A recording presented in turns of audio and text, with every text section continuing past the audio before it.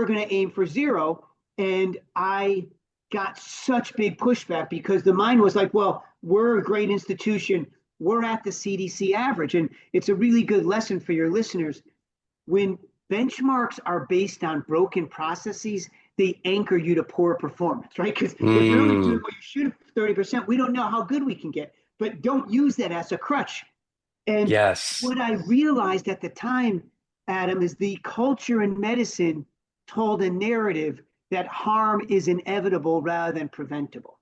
Mm, And in other words, they told a story that when you care for sick people or old or very young, sometimes little girls are going to die. mm. And I didn't believe it. So what I said to them is, okay, you may not know we can get to zero, think I'm freaking delusional, which I may be, but let's do this. Do you agree that these 5 items are evidence-based? We should do them. Yes, Peter, they're all really strong.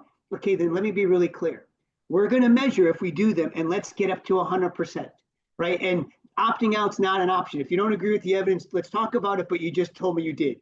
So if a nurse goes to check you doing that and you give them shit and say, I can't do this, they're going to page me and we're going to set, you're going to have to do it. Like this isn't optional because Yes. harm isn't optional. And so Hmm. we very quickly put this in. Infections went to zero at Johns Hopkins, literally zero. We spread this first to the state of Michigan, and we published that in New England Journal of Medicine that they were down by 70% within 6 months. I mean, literally the whole state. And then through a series of federal funds, philanthropic money, we spread it state by state across the whole US.